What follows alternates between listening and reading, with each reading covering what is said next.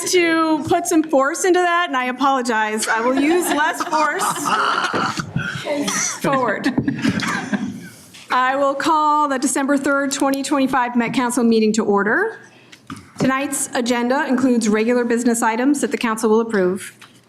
At 6:00 p.m., the council will open up public comments on the 2026 budget and levies. Once all public comments have been taken, the council will vote on the 2026 adopted unified budget and levies. Comments received during the public comment period have been forwarded to the council members. Ned Smith, Chief Financial Officer, will make a very short presentation providing an update on the final proposed unified budget. Residents who wish to make public comment tonight, please sign up now. At 6 p.m., individuals will be called to speak in the order that they've registered. If you are a resident with questions pertaining to the Met Council levy on your proposed 2026 property tax statement, please see our finance staff in the back. They are back there who can help answer questions. Before I move on to this next item, I would like to give Mi Chang a moment to talk about the technology for today's meeting. Good evening, everyone. Our website is down, so we have printed agendas for the evening, and then we have a backup recording, so that will be recording this meeting. So tomorrow morning, we will post it up to our website. Chair, I turn it over to you. Thank you, Mi. Next, we have a Dakota Land, Water, and People Acknowledgement. I will ask Councilmember Cedarberg to read the acknowledgement statement. Councilmember Jenkins will read the acknowledgement statement. Thank you. Thank you, Chair. The Metropolitan Council acknowledges that the land we currently call Minnesota, and specifically the 7-county region, is the ancestral homeland of the Dakota Oyate, who are present and active contributors to our thriving region. As part of the Metropolitan Council's commitment to address the unresolved legacy of genocide, dispossession, and settler colonialism, and the fact that the government institutions, including the Metropolitan Council, benefited economically, politically, and institutionally after the forcible removal of the Dakota Oyate, the Metropolitan Council is dedicated to instilling land, water, and people commitments in regional policy. These commitments support the Dakota Oyate, the 11 federally recognized tribes in Minnesota, Ho-Chunk Nation, and the American Indian communities, representing over 150 diverse tribal nations that call the 7-county region home. Thank you, Councilmember Jenkins. The first item on the agenda is the approval of the agenda. Members can see the posted agenda. If there are no objections or changes, we can move on to our business. Any objections or changes? No. Okay. Next item is the approval of November 12th Metropolitan Council minutes. Can I get a motion for approval of the November 12th minutes? So moved. Is there a second? Oh, thank you. Any questions on the minutes? If there are no questions, all in favor? Aye. Any nays? Motion is carried. The next item I will pass to Vice Chair Chambliss. Thank you. As Vice Chair of the Metropolitan Council, it is my pleasure to share with my fellow council members, staff, and guests. Our next item is the administration of the Chair's oath of office. This is a special day. Robin Hutchinson joins the council as its 20th chair to serve the region and achieve our vision of a prosperous, equitable, and resilient region with abundant opportunities for all to live, work, play, and thrive. Joining us today to administer the oath of office is Minnesota Department of Transportation Commissioner Nancy Daubenberger. Come on up. And then we're also joined by Minnesota Pollution Control Agency Commissioner Katrina Kessler and her husband, and Robin's husband. Welcome to all of you, and thank you for helping us commemorate this day.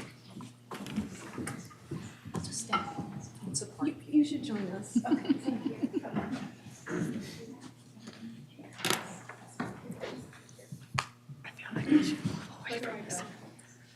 Your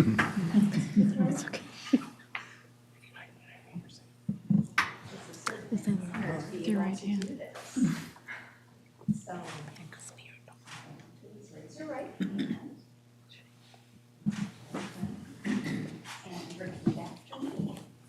I state your name. Do solemnly affirm. I, Robin Hutchison, do solemnly affirm.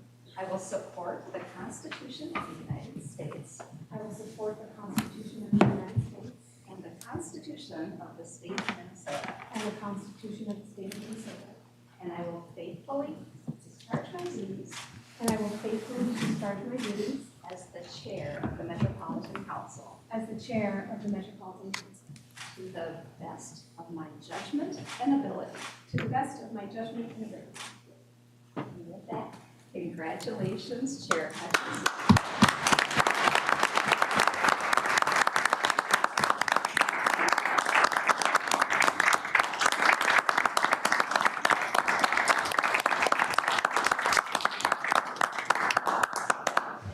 Congratulations and thank you for stepping into this very important role. And so on behalf of Governor Walz and Lieutenant Governor Flanagan and the entire administration, we welcome you to the cabinet, and we are so excited to have you join us. And I've known you, Robin, for several years, starting back as Public Works Director with the City of Minneapolis, and then as you took on the role of Administrator for the Federal Motor Carrier Safety Administration. And I've always appreciated your collaboration, your advice. You've been a mentor to me. And now I look forward to working alongside you in this new role.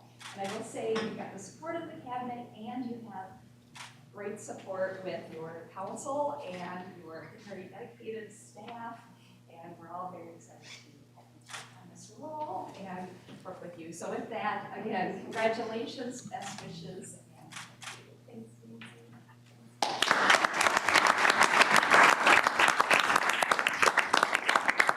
Chair, if you can stay, we're going to have the council members also join and take a picture.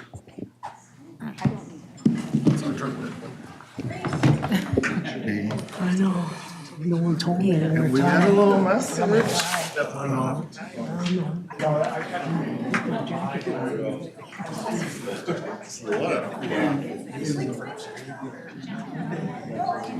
Okay.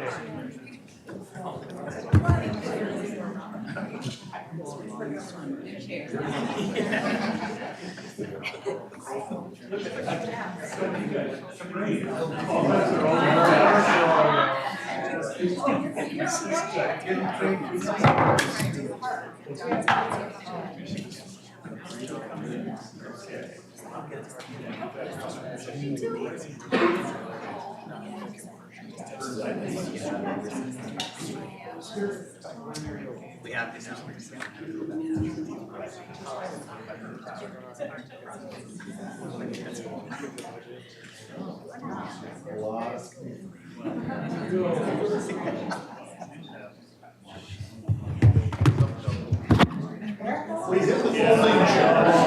Everybody look over here and smile.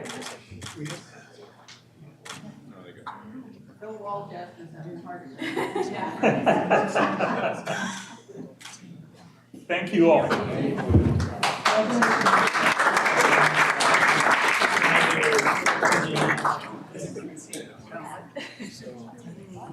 Y'all look so new. Well done. What a fun day. You should have a book of his acrobat poses that takes pictures. Now it's real. Now it's real. Thank you so much.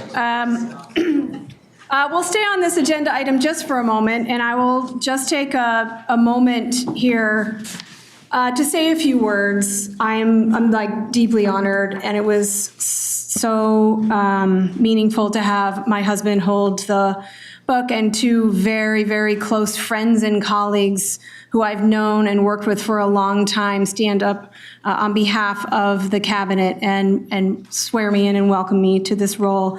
And thank you, Vice Chair Chambliss, for leading this item. Your support means a tremendous amount to me.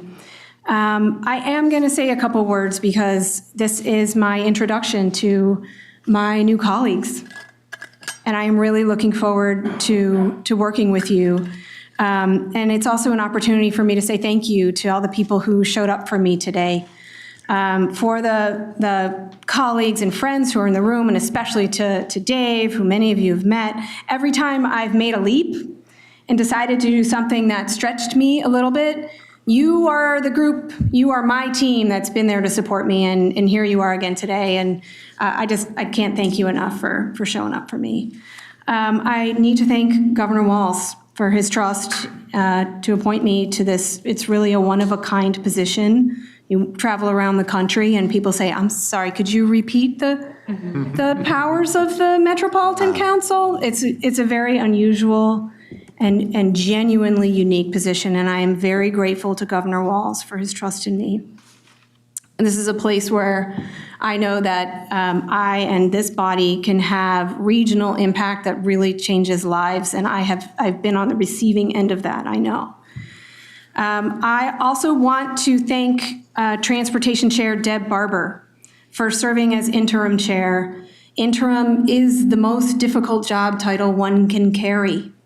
And as I watched previous meetings and the interactions, the topics that were covered, it was very clear that Deb's colleagues, all of you, appreciated her steadfastness and her deep commitment to this organization, and I owe her my thanks in the way that you all expressed in the last meeting that you had.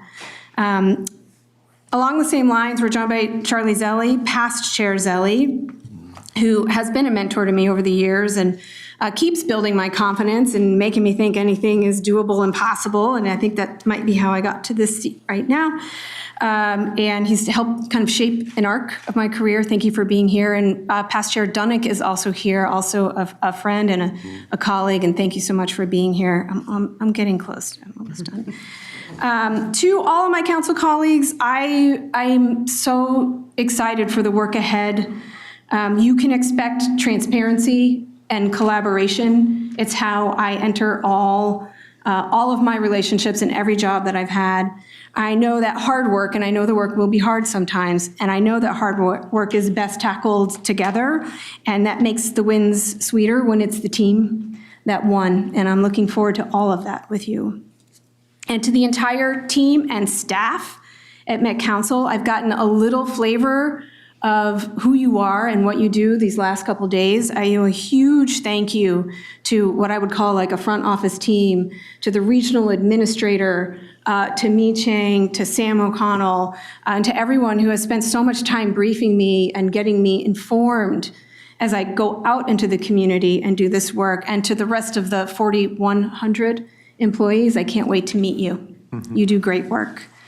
I've been working for about 27 years, and I've worked with the smallest of towns, the largest of cities, with counties, with transit agencies, with metropolitan planning organizations, and I've served the entire country.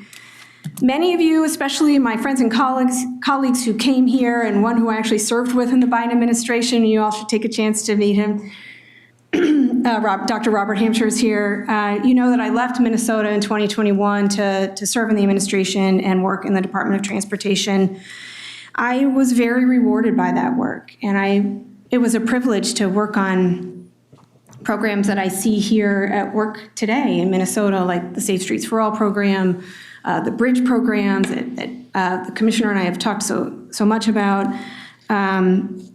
Ultimately, I couldn't wait to come back to Minnesota. And as much as that work fulfilled me, I knew that nothing would fulfill me as much as working where I live and in the community that I care about so much. I felt a visceral pull because I look at what our life is here, and I see clean air and water, abundant natural spaces, trails, lakes to swim in and to fish in, winter. We have a nation-leading regional transit system. Through the hard work of many in this room, it continues to expand. We understand our responsibility to create equitable communities, to address past harms, and we stand by all of our immigrant communities Especially today, we are all supporting and standing in solidarity with our Somali community because you make us stronger. I'm also pulled back to working in local government. This is where the action is. This is where we're closer to the people, and this is where we can make the most difference in lives. What's so special about Met Council is that it's an agency that has committed to not just basic needs, but ensuring people thrive. You know, the past plans were called Thrive. I think that is an ethos that permeates this entire organization.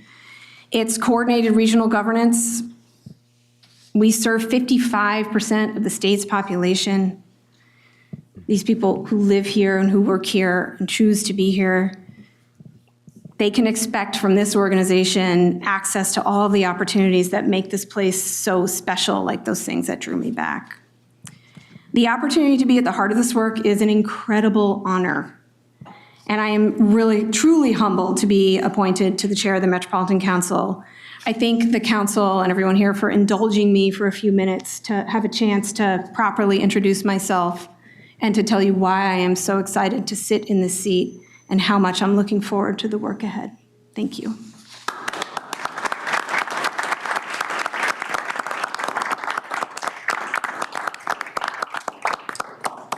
And for folks who were here for just that, you can feel free to stay for the full meeting. I encourage you to get to work.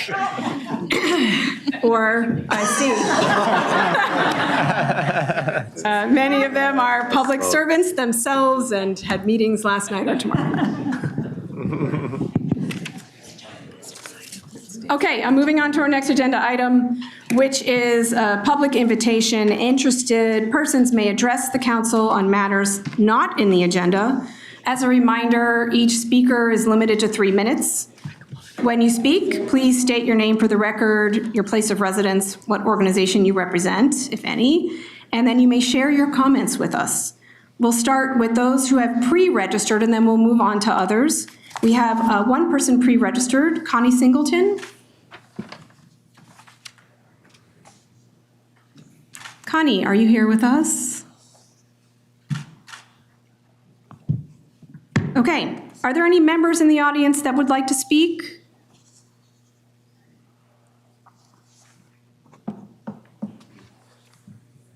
I'm seeing none. I'll close the public comment and move on to the public hearing.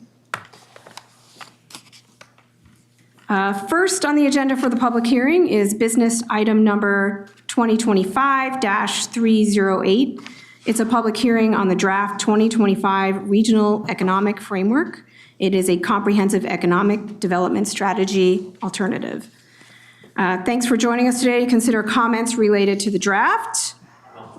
Version of the proposed framework is located in business item 2025-308. This framework offers a snapshot of the evolving economic development ecosystem in the Twin Cities metropolitan region. To be eligible for the United States Economic Development Administration funding, regional organizations must update their region's comprehensive economic development strategy every 5 years. The framework draft builds on the 9 key economic priorities that were identified in the 2020 Regional Economic Framework. It updates the targeted strategies and actions needed to help advance these priorities. And the 2025 update informs discussions on how the region's economic landscape has evolved in the last 5 years and how that evolution should inform refreshed strategies and action plans. I will now open this public hearing. We welcome public comments. I will call your name and you may come forward to make your comments. Again, 3 minutes to comment. You'll have 5 minutes. When you speak, state your name for the record, your place of residence, your organization that you represent, if any, and then you can share your comments. I see we have one person on the list that has been crossed off, and I do not know if she is still here and what to do with this item that has been crossed off. May I get a little guidance? Yeah, we had Ms. Catherine Fleming sign up, but we're informed that Ms. Fleming could not be here today. Are there any other members in the audience that would like to speak who did not already sign up?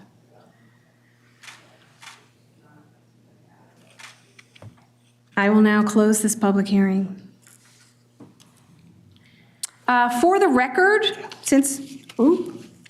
close public hearing. gavel. That was a more appropriate gavel. I would like to state for the record that public comments must be received by 5 p.m. Monday, December 22nd. As a reminder, to comment on the draft 2025 Regional Economic Framework, members of the public who are listening may still provide public comment the following ways, and we will get this information out and posted when we can, as our technology allows. You can write the Met Council at 390 Robert Street North, St. Paul, Minnesota, 55101. You can send a fax, 651-602-1313. You can email the Met Council at public.info@metc.state.mn.us. You can record a comment on the public comment line at 651-602-1500. If you need additional assistance and for the hearing, if you need hearing assistance, 651-291-0904. At the close of the public comment process, staff will prepare a summary of public comments. The Met Council will have an opportunity to review those comments prior to council action on the amendment. We will now resume the remainder of our meeting agenda. Chair, if I may. Yes. Some of these documents are labeled 2050 Regional Economic Framework. Lisa tells me it should be entitled 2025 Regional Economic Framework. So to the extent we have disparate titles floating around, it is 2025 for the record. Okay, noted for the record, it's 2025, and we'll make any changes to online versions as necessary. Thank you, council. Okay, moving on to consent. We have 7 business items on the consent agenda. Can I get a motion for approval on the consent agenda? Moved. Any discussion? If no discussion, there is no discussion. All in favor, say aye. Aye. Any opposed? Motion is carried. Okay, moving on to non-consent business, the reports of the standing committee, starting with community development. This is item 2025-297. We have 1 business item from community development, and I will turn it over to Councilmember Lilligren. Yeah, thank you, Madam Chair, and congratulations. And before I give the report, maybe if I can just beg a moment of personal privilege here. I just want to note this was a beautiful crowd that came out to support you today, a range of leadership from around the region, and it really impressed me with how many of them were former colleagues of mine from when I was in Minneapolis City Hall, and just to say how we as a region can kind of grow this kind of leadership. And I will note that when you dismiss them, they were the first ones out the door, but they were here. And that's what's important. So thank you. Madam Chair, community development brings 1 item for our consideration tonight on the non-consent business agenda, and that is, as you said, item 2025-297. We're going to award $3 million in Livable Community Act grants to support 6 affordable housing home ownership projects in 4 cities. The Livable Communities Affordable Home Ownership Grant provides funding for projects that create new home ownership opportunities for households living on 80% of the area median income or less, which is about $104,200 annually for a family of 4 in 2025. The Met Council received 13 applications from 10 cities requesting more than $9 million, which is over $6 million more than available through this program. The projects awarded will support creating 55 new home ownership opportunities using a wide variety of styles of homes, from single-family homes to twin and townhomes to condos. The cities that are being awarded, 1 is in the city of Maplewood, 2 the city of Minnetonka, 2 in the city of St. Paul, and 1 in the city of Minneapolis, totaling $3 million. So, Madam Chair, I move that the Metropolitan Council award 6 livable communities demonstration account affordable homeownership grants totaling $3 million, as outlined in Table 1, and authorize the Executive Director of Community Development to execute the grant agreements on behalf of the Council. Is there a second on the motion? Second. Any discussion?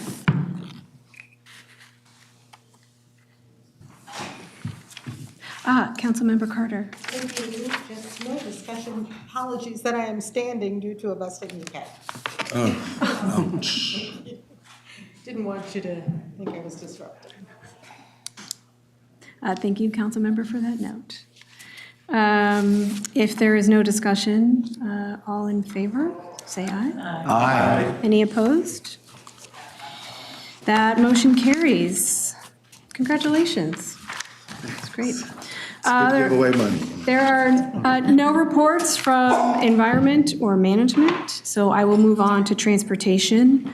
As I introduce this next item, I also want to thank Vice Chair Chambliss for stepping in as transportation chair these last few months. I know you shepherded quite a lot of work. There are 2 business items from the Transportation Committee, and I will hand it over to Councilmember Chambliss. Thank you, Madam Chair and council members. Business item number 2025-286 is regarding the Metro Blue Line Extension Project subordinate funding agreement number 11 with the Minnesota Department of Transportation for 2026 staffing services. The council and MnDOT have maintained a collaborative partnership to advance the Metro Blue Line Extension project in areas of engineering and right-of-way coordination. The subordinate funding agreement, SFA, will allow council to reimburse MnDOT for professional service costs incurred during the calendar year 2026. The SFA is funded through the capital grant agreement with Hennepin County and Hennepin County Regional Rail Authority. Therefore, Madam Chair, I move that the Metropolitan Council authorize the regional administrator to negotiate and execute subordinate funding agreement number 11, number 14I044K with the Minnesota Department of Transportation in an amount not to exceed $2,574,957.32. Thank you, Councilmember Chambliss. Is there any discussion? Oh, is there a second on this item? Thank you. And any discussion on this item? Madam Chair. Councilmember Johnson. Thank you, Madam Chair. I serve on the Transportation Committee. This is moving through the process. I'll be supporting it, but I do want to note that this is Hennepin County money that we're spending on this project at this point and not Met Council money. Thank you for the note. Other discussion or notes for the record? Okay, if there is no more discussion, all in favor, please say aye. Aye. Any opposed? Thank you. Councilmember Chambliss the motion carries. Thank you, sir. Next item is also Councilmember Chambliss with the second transportation item. Madam Chair, council members, business item number 2025-301 is regarding the Metro Green Line Extension Construction Management Support Services Contract Amendment. Kimley Horn and Associates was awarded the construction management support services contract for the Metro Green Line Extension project in 2017. The purpose of this amendment is for Kimley Horn to continue supplementing council staff in the management of the Green Line Extension construction. Funds are available in the Green Line Extension project budget, and included in the council's authorized capital budget. Therefore, Madam Chair, I move that the Met Council authorize the regional administrator to negotiate and execute an amendment to contract 17P060 with Kimley Horn and Associates, Inc., to extend the contract term and add a note to not to exceed amount of $2,694,772.57 for a total contract not to exceed the amount of $26,229,825.55. Thank you. Is there a second? Second. Is there any discussion on this item? Hearing none, all in favor, please say aye. Aye. Any opposed? The motion carries. There are no joint reports today, which takes us to other business on the agenda. There are 2 items from the Audit Committee, and I will hand it over to Councilmember Lee. Thank you, Madam Chair. For both items, the Audit Committee charter hasn't been substantially updated in more than 5 years.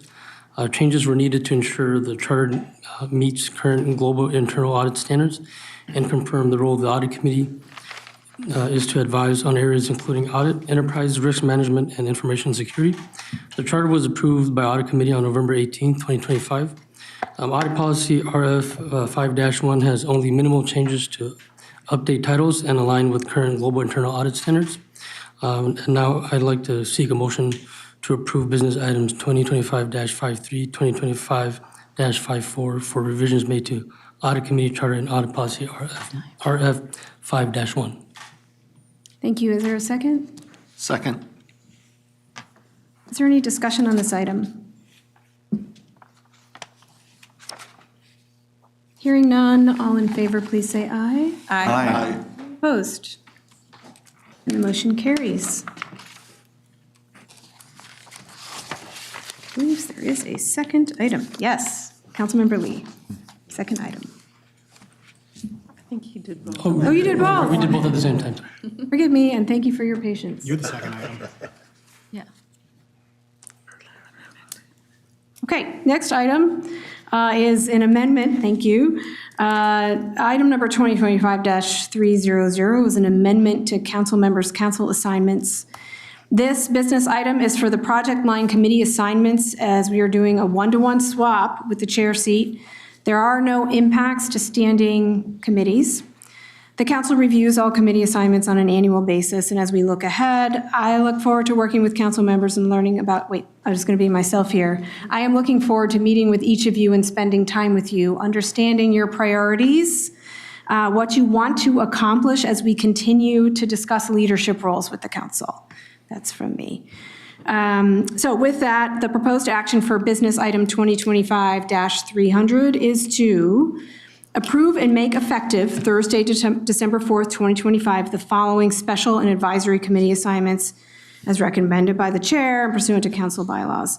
Many of these items are accounting for now my presence and should be fairly straightforward, very straightforward. The Metro Blue Line Extension Corridor Management Committee meeting, Hutchison and Chambliss, Cameron, Osmond as an alternate. The Metro Blue Line Extension Project Development Board, Hutchison, Chambliss, Cameron as alternate. The Metro Green Line Extension Corridor Management Committee, Hutchison, Tyrone Carter, Lilligren, Cameron as alternate. The Metro Green Line Extension Executive Change Control Board, Hutchison, Tyrone Carter, Lilligren alternate. The Metro Gold Line Executive Change Control Board, Hutchison, Lee, Jenkins alternate. The Metro, do we say purple or gold? Bronze. Bronze, sorry. Bronze. Metro Bronze Line. We're a day early on that note sheet, Madam Chair. Yep, Sorry. okay. The Metro Bronze Line Corridor Management Committee meeting, Hutchison, Lee, Lindstrom, alternate, Cedarburg, alternate. Can I get a motion, please? So move. Is there a second? Second. Is there any discussion on this item? All in favor, please say aye. Aye. Any opposed? Motion carries. Thank you. Okay, next item is for information. This is, we have 2 presentations today. The first is legislatively mandated reports. This is the Government Affairs team. Nathan Hansen from Government Affairs will provide a quick presentation on legislatively mandated reports. Welcome. We also have printed copies of the. We have some printed copies that are available for the council members and I think anyone who is seated as well. Good evening, Madam Chair and council members. My name is Nathan Hansen. I'm the Legislative and Community Relations Coordinator working with the Government Affairs and Community Relations Departments. I'm here today to provide an informational overview of the process the council uses to produce, track, and submit the reports mandated by the state legislature. We don't intend to get into specifics of individual reports and detail as a part of this update, but we've been working over the last year to optimize the process, including providing regular updates to the regional administrator, and I'm excited to share this overview with you today. During this presentation, I'll briefly discuss where these reports come from and our process for preparing and distributing them. I'll also highlight some of the upcoming reports in 2026 and our attempts to make them more accessible to the public. So first, I want to explain a bit about where our report comes from. In government affairs, one of our jobs during the session is to look at every bill that gets introduced to try to determine if it has an impact on the Met Council. As you can see in the image on the right, legislation requiring a report typically has three components that'll tell us the information that needs to go into the report, who the report needs to go to, and when it is due. Once a bill requiring a report is passed and signed by the governor, we determine who within the council is best able to provide the required information and what our internal schedule needs to be to ensure the report is submitted on time. Next, I just want to give a brief overview of the work we're doing internally to fulfill the requirements laid out by the legislature. As you'll see in some of the upcoming slides, submitting these reports requires the work of many people throughout the council. Within government affairs, our efforts are primarily in the beginning of the process and then the end of the process. As mentioned, we'll monitor legislation to try to keep track of what's new and what's coming, making sure relevant staff are aware of the developments. Then we'll also work with subject matter experts to ensure that we're fulfilling the requirements of the report as laid out in statute. And then we will coordinate the final review of the report before it's submitted to the legislature. Finally, as some of you may recall from the last session, we will occasionally advocate for updates and improvements to the reporting process as needed. So far in 2025, we've submitted 28 reports to the legislature with 5 left to go.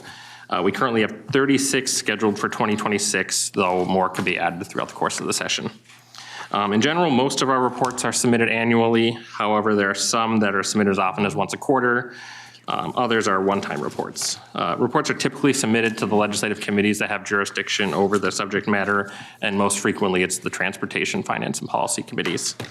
While most of the work to complete these reports is done internally by our staff, we also occasionally partner with outside agencies like the Department of Transportation or the Regional Park. Each quarter, we want to just give you a sense of our activity.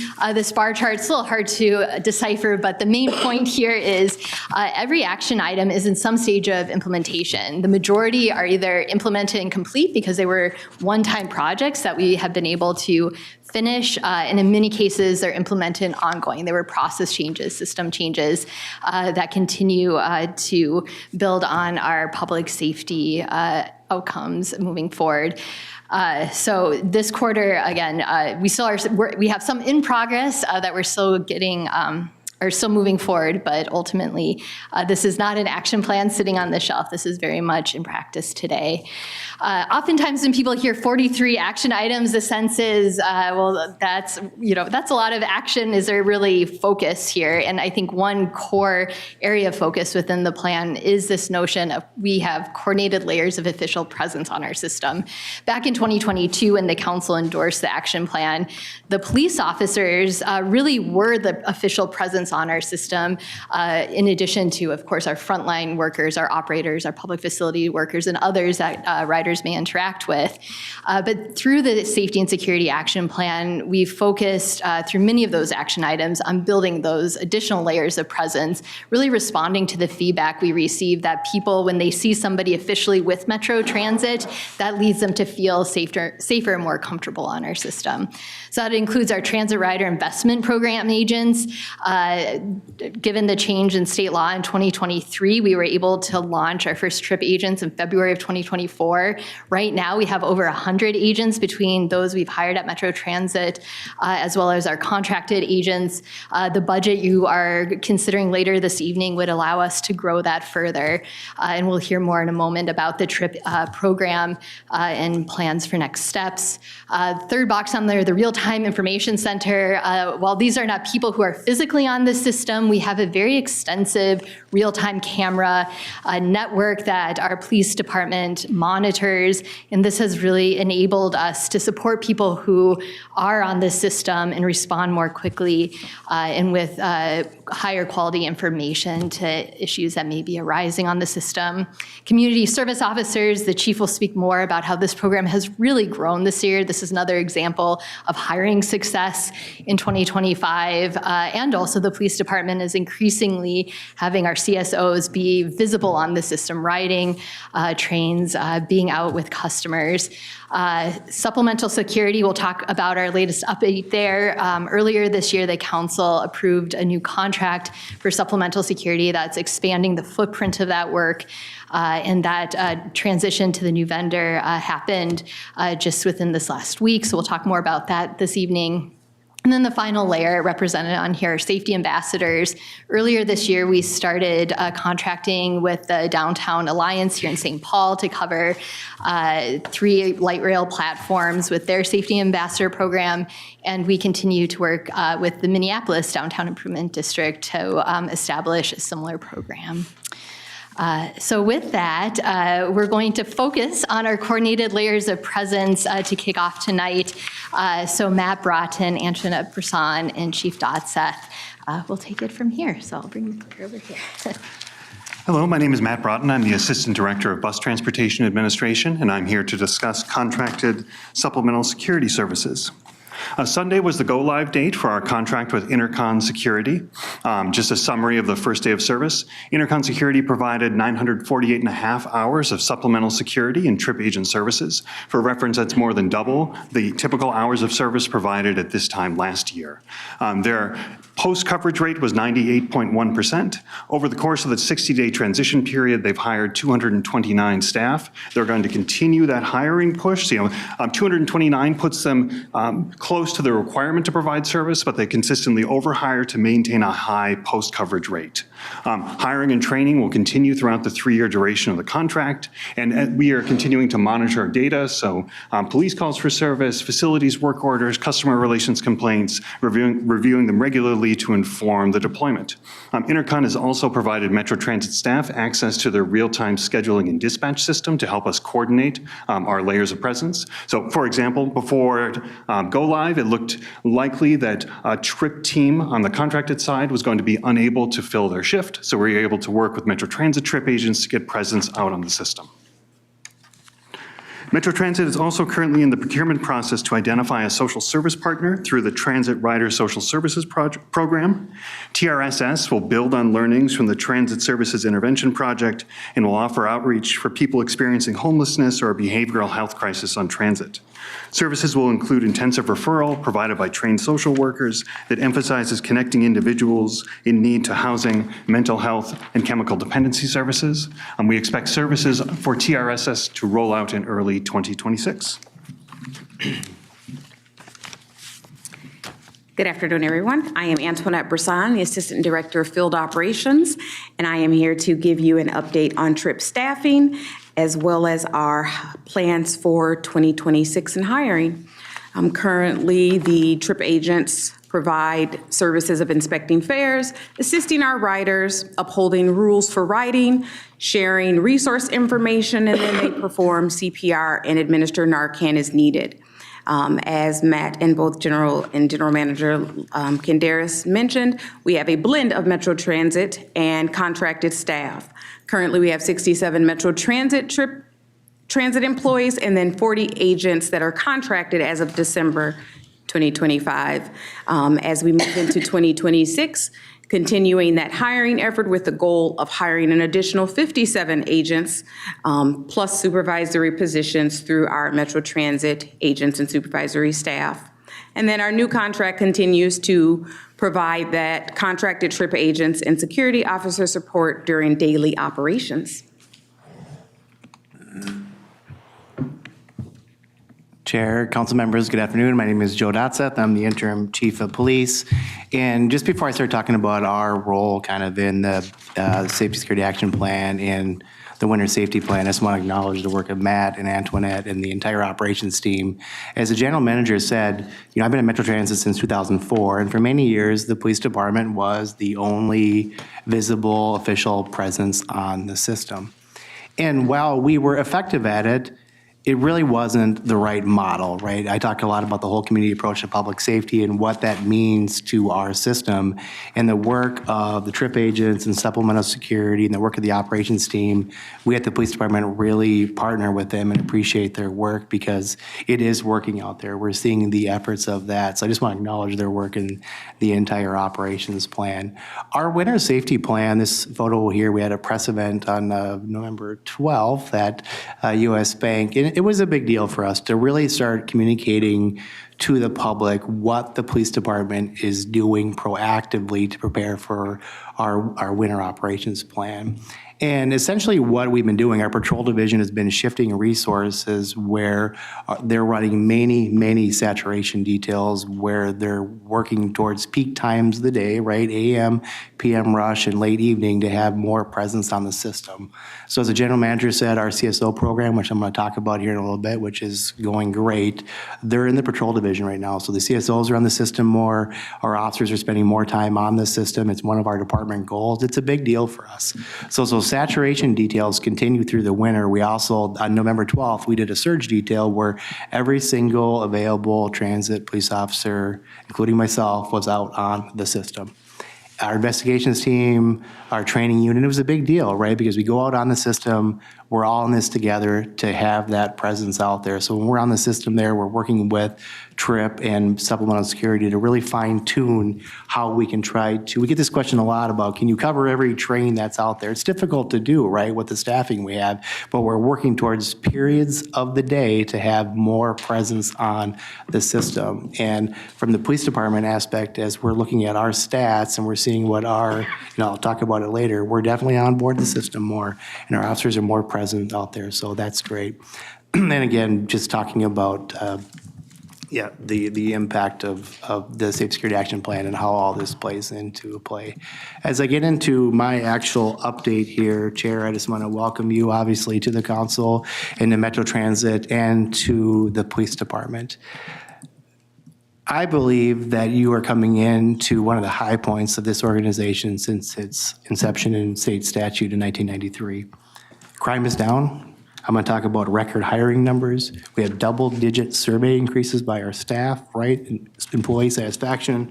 We have a high retention rate right now. Our officers are out in the system being more proactive than they've ever been. And this agency truly reflects the community and is responsive. It's not a cliche. It's not some tagline that we have in the back of our business cards. That's what we do. And so as we introduce you to the police department, again, we want to welcome you, and we look forward to having you out on the system with us and sharing stories. And Jeremy will talk about all these stories that we have. We have countless stories in the work that this police department is doing. Be the difference. What does it mean to be a transit cop, right? What does it mean to truly be reflective of the community and be out there? We are making a difference in the region. We are definitely making a difference on the transit system. With the values of honesty, service, and respect, which I'll talk about in another upcoming slide here, our officers every day, and if you follow our social media right now, you're finding out stories every day of how these officers are out there being the difference. They're going to community meetings. They're going to areas of the city that some other agencies may not want to go to, and they handle some of the region's most vulnerable with the dignity and respect. And I'm so proud of our staff. They truly are being the difference. Now, with the technology issues that we're having today, we're going to attempt to play this video. We know we have video, but we may not have sound. If we don't have sound, I'll send the video up. But this video is really important to me because it captures really the essence of what our police department is. So Jason, hopefully we can.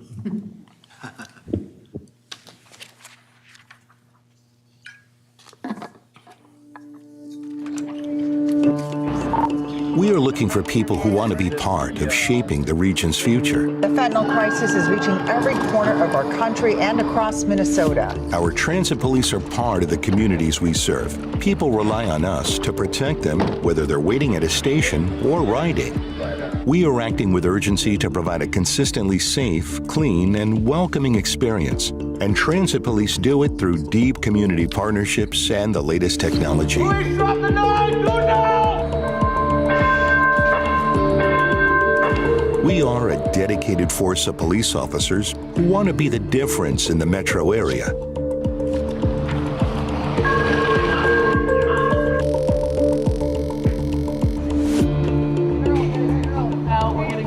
Everyone wants to go in this career protecting and serving. I think it's a little bit more than that. We have 85 cities, but it's 8 counties that we have jurisdiction in. Anywhere the trains run, anywhere the bus lanes run, that's where we go. And I love that variety of being able to go all over the Twin Cities and the surrounding areas. There are so many different opportunities. You can be a K-9 officer, investigations. You can go into the correction unit. You can be a homeless action team, and you could be a FTO. I feel like Metro Transit is a very diverse police department in general. And that helps us relate to the community that we serve. There isn't a day yet that I've woke up and said I don't want to go to work. I love coming to work every day, and people are nice, dogs are better.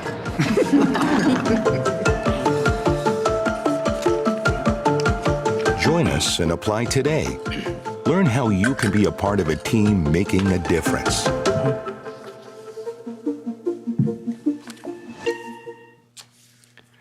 That's us, right? And we are making a difference in the community. And this police department, not just being responsive to the community, it's your police department. Like, we work for you. This is your police department. Chair, every chair that I've worked for since I've been here, including the council, has been very supportive of the police department, and we're very grateful for that.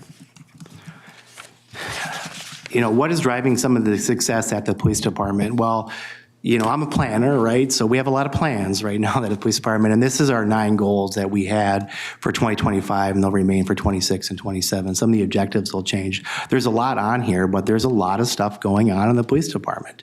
And each one of these goals, that when we're meeting with the command staff and we're meeting with the officers, everything is pointing back to, what are we doing? It's going back to one of these goals. These goals are so important that I carry them around in my pocket when I'm going on meetings or we're having questions, that we bring this stuff out. It's extremely important. I mean, just a couple highlights here. When we talk about employee development, we have leadership training. We have supervisor, sergeant, open house, where as we anticipate having permanent positions slotted for next year, right? We have a lot of people in temporary positions right now. We really want to train our staff so they know what to expect when it comes to the application process. That's extremely important.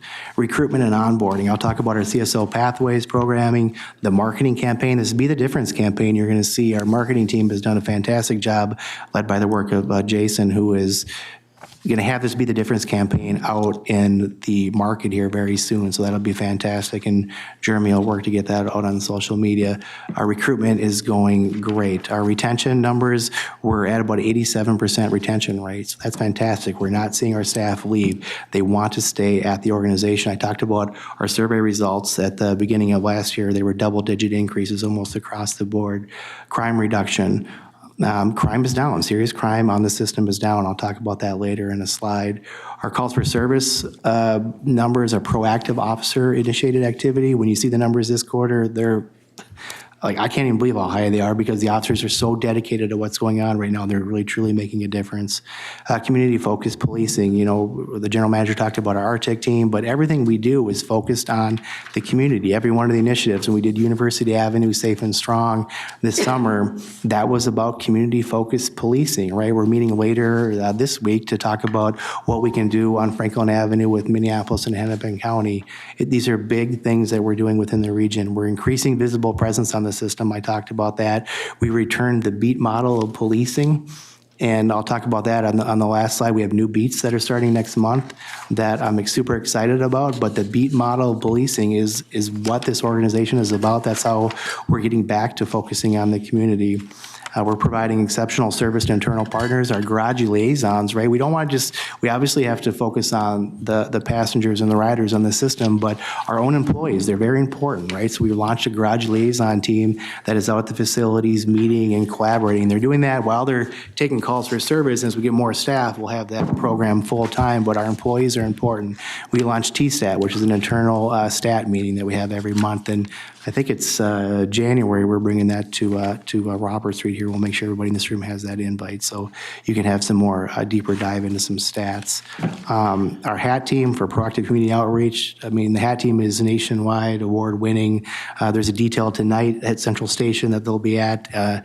You can never say enough about the HAT team and the work that they're doing. And then the professional delivery of police services. We're working towards state accreditation, and I feel like our goal is Q1, Q2 to be accredited through the Chiefs Association next year. It's a lofty goal, but we're tracking that, and that's going to be fantastic to be accredited next year. Hiring too, right? We talk about being the difference. Who we hire, right? And what does it mean to be a transit cop? You know, it has to do with the values of honesty, service, and respect. And the work that we partner with the Center for Values-Based Initiatives led by Dr. Bostrom, the retired sheriff from Ramsey County. We partnered with him, and we've put honesty, service, and respect. It's in our job application if you look at that now, and it's fantastic to see. So when you look at the application, the last question is the standard, you know, why do you want to work here? And people answer that, you know, like they normally do, but how they respond to show us or tell us about how you have these values in your everyday life, the answers are fascinating, and we ask them during the interview process too. We're seeing that. We're seeing that honesty, service, and respect, that value, right? That's the value of our organization. That's back to that video. When you see those officers out there connecting with the community and doing the work they're doing, that is what we're focusing on. We're focusing on hiring for character, and we will train for skill.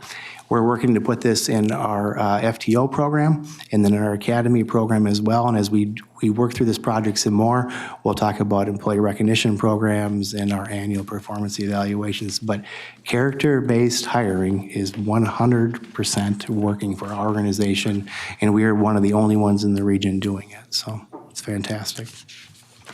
I'm sorry, Madam Chair, I just didn't hear the last thing that you said. You know, Chief, we are the only police force in the region, if I may.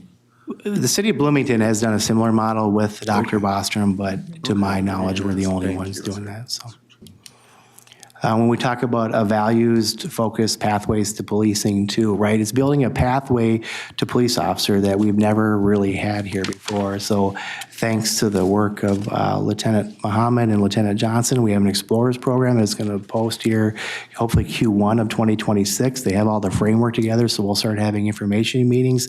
The Explorer program really is designed for high school students, right, to start thinking about what law enforcement looks like. Many city agencies, county agencies have this Explorer program, so we're going to have our Explorers program. We're going to launch it out to our employees and then obviously to a broader region, but that is going to gain interest to people to come to this organization, feed them into the community service officer program, which then will feed them into police officer. We have a record number of community service officers right now. That slide says 26. 2 more start on Monday, so we'll be at 28. And today, we met and did some background meetings, and there's double digits people going to the next stage of the process. So our CSO program is 100% working, and it is really focusing. It's the traditional program, right? You have the CSO program for students that are in law enforcement, and then our Pathways program that our friends at Workforce Development are helping. Those are the non-traditional students. That program is still continuing. So the traditional CSO program, the Pathways program, it is all funneling into a record number of CSOs that we're hiring right now, which then will feed into almost half of every class that we hire for police officers has been about from the CSO program. So, and this Explorers program will be a really big deal for us as we launch that next year. Here is the slide on staffing. That police officer number should actually say 117. And 117, August 2021, the last time we were at 117 people. And we're planning for January academy of double-digit officers in that, really going back to hiring officers on a more frequent basis. So really every other month we'll have a class 133 was the number when Chief Harrington was here. That's the number that I want to get to, Q2 of 2026. And I don't think that's unreasonable to get to. And as we think about building that staff up and we think about Green Line extension and the other commitments and bringing back more beats, we're going to hire record number of people in 2026. In fact, this year, as of right now, as I sit before you today, we've hired 45 people. 45 people. That's a mixture of police officers, CSOs, and administrative staff, and that is fantastic. And next Wednesday, before the committee of the whole, we're going to have a meet and greet. Everybody should have that on their calendar, where we're going to bring all 45 of those new hires here, so you get to meet and interact with them, and it's going to be great. It's the first time that we've ever done that. So, and the recruitment team that is out there, led by Lieutenant Mohammed, who the police always sit in the back of the room, thanks LT. But we have a full-time officer, Officer Vang, dedicated to recruitment along with administrative support.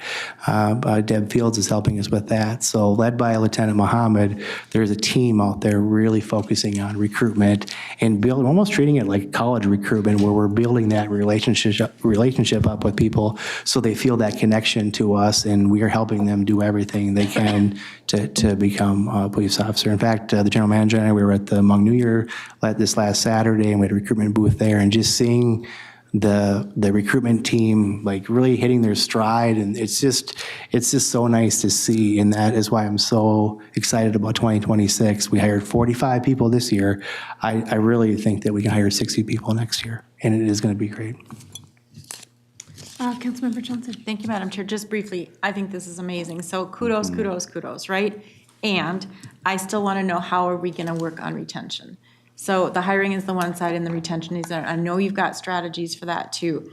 And I know that, we're still, at least for police officers, still not where we want to be. But all of your efforts, I know, are having a great impact, and I think we will get there. But if, at some other point in time, or maybe at transportation, or somehow just, what continues to be that thing, or those 2 or 3 things out there that, are causing us to have attrition, and maybe some of that's out of our control. People do things in their lives and move on and whatever, but, and I know it's not easy for many of the departments right now still. This is a tough profession, but just more insights on that down the road would be great. But I commend you for all the great work you're doing. I think we have a couple of questions now. I know you have more of the presentation and entertain a few questions. Sure. Chair, can I follow up to Councilmember Of course, Johnson, yes. please? Chair, Councilmember Johnson. The retention rate right now, we're at 87%. We're doing great. I mean, we're not seeing a huge exodus of people leaving. Attrition, it's a mixture of people retiring, right? I mean, we've mapped this out. We know we're going to lose, 5 or 6 people a year for attrition. The only people that we lost, and it's single digits since I've been the chief, is to other agencies.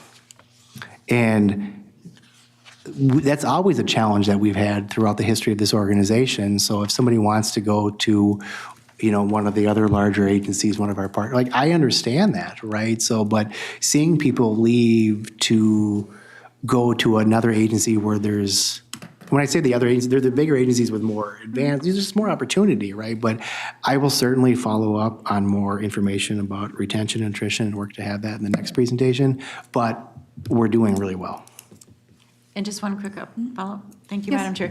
And I am 100% with you on that. And I think, where I get stuck, and this is a me thing maybe, but we're authorized, I think, at 170 and have been for a long time. So, with this other support and help, numbers are important. So that's a number that we're still trying to strive and reach, unless though, some of these other, community or CSOs, I mean, we're just knocking it out of the park, or I should say you are. And support services too are huge, because not everything has to be that police officer. You've trained me to think that way.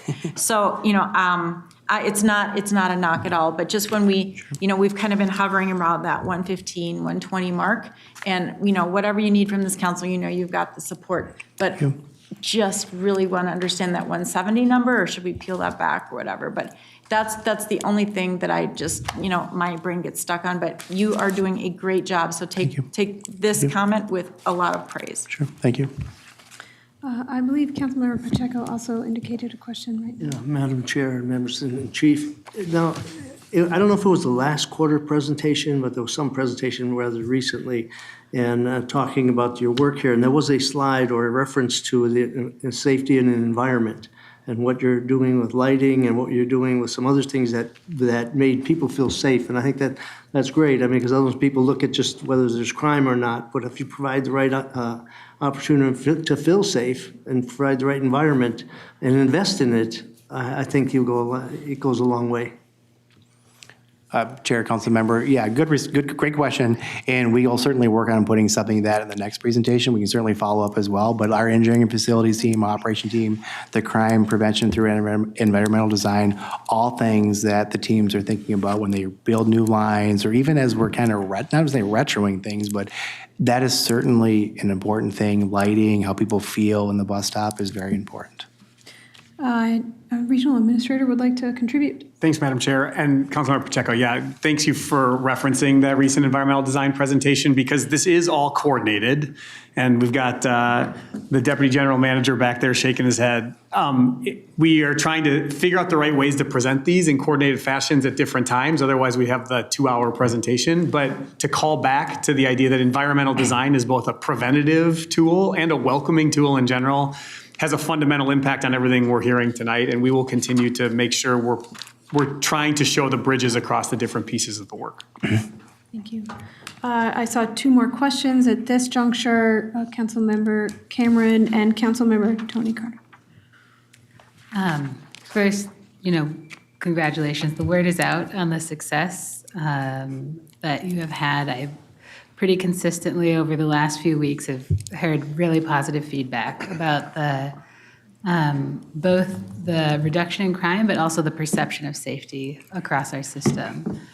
I think, so as I'm thinking about kind of the projects that are growing within my district, one of the key components of that is that we are bringing on a lot of transit expansion over time. And so as we are seeing some success in both hiring and retention, we are going to be expanding transit services. Could you talk about how we are being strategic as that denominator of the 170 may increase as we bring more projects online? Chair, Councilmember Cameron, great question. So we do have a staffing model that we worked on. So for years, the staffing model was kind of like, here's a project, how much money, what's kind of left over, what can I get? So now we have a very scientific model of what that is.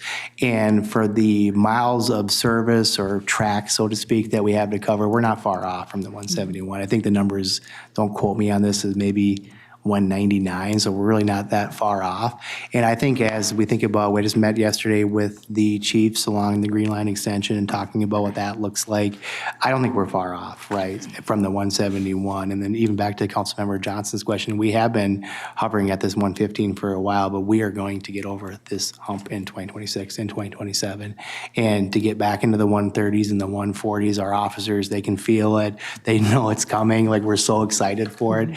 And that is going to greatly impact what our obligations are to police these extra lines, or even in your area, like in Brooklyn Center, we're working with the chief up there and all those and that community up there to ensure that we're providing good service to them as well. So, could I just add, you called out a number of chiefs, and I do want to thank you for boots on the ground, for meeting with a lot of my chiefs over the past few weeks, because I see the difference in their engagement when you go out and when your team goes out and does that. So thank you for that as well. Thank you. Councilmember Carter, and then we'll go to Councilmember Lindstrom. Thank you. Again, this is sounding very repetitive, but thank you so much. We do hear from our communities the difference in the work that they are seeing from our police department. And you spoke a lot about the increased visibility. You spoke about the increased work that we're doing on community-driven services and community engagement. And all of that is what we are now benefiting from as people in our community. Knowingly, don't tell us that we've done it all and we're there. We're not. We have a long way to go, but feel as though we are the partners for the community. And that, I should say, somewhat differently than what we experienced in past years. So thank you for the work you're doing. And I want to focus, too, on the incredible collaborative work that you've invested in and that you are building together with all our law enforcement, but also social services partners in the area who attest also to that. I wanted to ask about the focus on employees, which is clear. When you spoke about employee development, you have in your set of goals those areas that you're looking to share back with us, and I look so forward to hearing more over time in every area. In particular, where employees are concerned, employee development, employee satisfaction are pointed out here. What I'm not hearing as much about in this set of goals, and I'd just like to tease out with you, is employee supports. You know, particularly with our police officers who have through recent years really struggled, and we know need additional supports, particularly in the area of mental health supports and engaging to ensure that they are well on the job. Can you talk a little bit about, and I feel like I've heard this before, but just need to be reminded, the care that we are taking and where that shows up in the goals with respect to our employees on the police department? Chair, Councilmember Carter, so I think where it would show up is probably goal 3 with retention and employee satisfaction. I really like coming every quarter and talking about all the work that we're doing, because we have a lot going on, right? And I appreciate all the great comments, and you know, the staff that we have at the department right now, as energized as they are, as hard as they're working, they truly are making an impact out there. But every quarter too, like, I appreciate your comments, Councilmember Carter, because new in 2025, we're going to talk about employee wellness and just some of the focus stuff that we're going to be doing, because you're right, we need to ensure that our employees is not just providing them career opportunities, but ensuring that they feel well. Like, we've had a really challenging 14 months. And our officers, back to being the difference, they're so resilient, right? They're so resilient, and they can get through everything. But ensuring they have that support, it's a big deal. Our chaplain program in 2026, it's in my final slide, we're expanding that, right? We've, thanks to the work of Lieutenant Mohammed, we're bringing on an imam that we're going to have along with our current chaplain right now. We're looking at expanding our chaplain program, right? So that's a resource that they're going to have. As we get more staffing, we have a full-time recruitment officer. We really need to have a full-time officer, a supervisor doing wellness, right? When you think about the work the Ramsey County Sheriff's Office has done, City of St. Paul, even Minneapolis, they focused full-time attention on that, and that's what we're going to do in 2026. Our peer support team is still out there. They're providing that support, right? We have a wellness, it's more of a nutritional type thing and exercising. We've had somebody on staff for quite some time, contract for quite some time, so we'll expand that. But you're 100% right. As we think about 2026 and focusing on that, ensuring that the staff feels supported and have all those networks in there is very, very important. And I need this next class of probably, I hate saying numbers because if it doesn't happen, but it should be a double-digit class in January. And you start thinking about Q2 of 2026, we really should have a full-time wellness officer there, and that person will really be able to help us focus on those initiatives to make sure our staff get the needs they have. Because not just over the last 14 months of all the challenges that this department has faced, like, it's just our normal challenges in the areas that we work on, and they need that support. So, Thank you so much. thanks. Councilmember Lindstrom? Thank you. First of all, I really loved the video as well, and it was great to see Officer Rodriguez highlighted and to hear her voice, and it honestly gave me chills because I felt like she was in the room with us for a minute there. My question is about the supplemental security. Matt, great presentation. I saw them out on the system on Monday, some Intercon folks, and I'm curious, so I saw them on the train. So are they coming onto the train, and they're not checking fares, I don't think. But talk to me about the training that they have gone through or are going through to interact with our customers. Are they trained in de-escalation? And if things start heading south, do they call in and trip agents come or officers come? How does that all work? What's a day in the life of an intercon security person? Sure. Madam Chair, council members, so let's see if I can address those questions in order. So yes, we are putting more security officers on board trains. We're trying something new in order to cover more stations with the same number of officers. This is particularly evident along the University Avenue corridor. So we have officers patrolling pairs of stations. So for example, we'll have a team of officers who patrol Hamlin Avenue Station, board the train, ride the train down to Lexington Avenue Station, patrol Lexington and go back. And we wanted to provide both that on-platform and on-train coverage. You are right that security officers on trains will not be inspecting fares. That is the purview of trip agents. They're primarily there, to provide a little bit of onboard presence while they go between stations. So that is happening at Hamlin and Lexington. It is also happening at Victoria and Dale, Warehouse and Nicollet Station, and then it has been happening for Allied at Terminal 1 and Terminal 2 Station. In terms of their training, so all Intercon employees receive training on de-escalation. They receive training on interacting with people experiencing homelessness or mental health crises. That the amount of on-the-job training that people have varies by position. So the kind of the one-day on-the-job training is typical for platform security officers. For people who are going to be boarding trains or going out to transit facilities or providing security officer support for trip agents, they receive additional, additional on-the-job training. And then the most on-the-job training is for our trip agents, since they are having the most direct interactions with customers while they're asking for fares. Council members, I'll suggest that we hold questions for now and allow the team here to finish the presentation, and we can return. Thanks, Chair, council members. Now into some stats here, right? Presence by the numbers here. When you actually see this chart here, when I first saw it come out, this is what we're doing, right? We're on the system. We're so proactive right now. That bar chart on the far right, proactive police calls for service, right? That means the officer is being out actively engaging, addressing issues. When we think of Q3 from 25 to Q3 of 24, it's up 129%. The crimes that are happening on the system, that is 56, over half of the crimes that are happening or the offenses that are happening, I'll talk about that in a later slide, that's because the staff is doing something about it, right? They're proactively addressing it. Quality of life crimes are up 27% too. That's them again addressing quality of life crimes. That's the smoking on the train, maybe drinking on the train, stuff like that. And then back to our commitment, back to the winter safety plan, right? Our commitment to being more visible on the system. Our police onboards are up 80%. So that clearly shows that the officers are out there on the system. And I just publicly want to thank our patrol division and all of our police officers. They work so hard.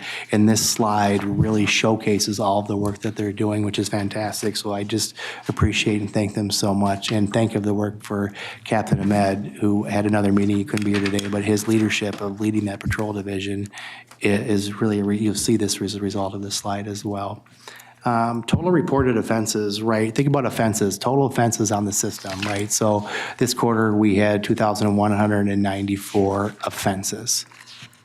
Offenses are everything that happens, right? So when you look at the top 3 offenses on the system, and I actually added a 4th one in here, smoking is 357, disorderly conduct is 237, vandalism is 227, and trespass is 208. That all totals 1,029. That's half of the 2,194. So 4, what we would really call quality of life, crimes, right, or offenses, are accounting for half of that, right? So back to this perception issue that the transit system has all this violent crime on it, that's not the case at all, right? Our majority of these numbers comes from low-level offenses, and on top of that, back to the previous slide, it's because our staff is out there addressing those issues. And just really forecasting 2026, as we get more staff out there, right, and we bring back more beats and we have officers out there, these offense numbers are going to increase. And then it's our job to tell that story of what these offenses are, right? And we'll break that down, but this is what it is. Yeah, almost half of the crimes are coming from smoking, disorderly conduct, vandalism, and trespass. Serious crime on the system, we label this as the top 7 crimes here, but that's really an FBI, subcategory, right, or something like that. But really, this is a serious crime on the system. Serious crime on the system has decreased 21% from this quarter, 2025, compared to last quarter. 21%. That's a dramatic number. And you can see even in 2025, at those numbers that are going across there, they're really remaining stable on that. And as you break down what those crimes are, they're majority of, simple assaults, when people are getting threatened, not even physical stuff. So like really breaking down that 224, the serious crimes, right? I certainly know they have a perception, right? When something major happens on the system, it has that perception issue, but this is an important factor to go through, that serious crime on the transit system is very, very low. And in fact, it's decreased by 21%. Crime rates per 100,000 rides, really take away from this slide when I present it is really that red line on the bottom. That again showcases the red line is the serious crime. It is very low on the system. That blue line there has to do back to that other slide I was talking about on the overall offenses, right? So as we go out there on the system and we run details and we run saturation details, we impact that blue line. Now, should that blue line be lower and more consistent? It certainly should be. And as we get more staff on and have more consistent operations of enforcement, you're going to see that line even out there. But the takeaway on this slide is that the red line, serious crime, is very low on the system. Prosecution summary, I always like to update the council on this slide. 2 quarters, was it last quarter, 2 quarters ago, we had Ramsey County Attorney Choi here, and really coming in, along with Deputy County Manager Ray is here to just talk about what that team is doing. And when I present this slide, it just reminds me of what a great relationship we have with our prosecutors. If we put together a good case and we submit it, it's getting charged out. And this slide here really shows that, there's a lot of cases pending in court, totally normal, right? Because things take time to go through the court process, right? The conviction numbers there, that's a very high number dismissed in court, right? There's, a fair amount of trespass tags or trespasses that get dismissed in court, but actual stuff that gets dismissed by the county attorney, you can see we can't even see the line down on there. So it's like our partners on both sides of the river and in the city attorney's office are charging stuff out when we submit it. And I appreciate their support and their partnership. New in 2026, I talked a little bit to Councilmember Carter's question. We are going to look at having a dedicated wellness officer. That'll be extremely important to ensure our staff is getting the support they needed. Expanded career development opportunities. We're looking at having an emergency response team in place, really, so we can just have a team ready if something happens. We have members, that are trained and stuff, but we want to get a more formal team together so we can just have them available for major incidents. Looking at some intel operations too of, can we partner with the state or, one of the counties about getting an officer in there to an intel area. Our investigations unit, I met with our investigative captain yesterday, Captain Raymond, who does a fantastic job running that division. We want to really provide a lot more investigative support in 2026, so there'll be more opportunities for more officers to go into that unit to be detectives and work in that program. The growing chaplain program, again, we'll be able to formally announce the EMON on board, which will be a huge deal for our officers. So I'm excited about that. Our civilian victim advocate, that'll be in our investigative unit as well. We're working with HR on finalizing that. That should be in place hopefully by Q1.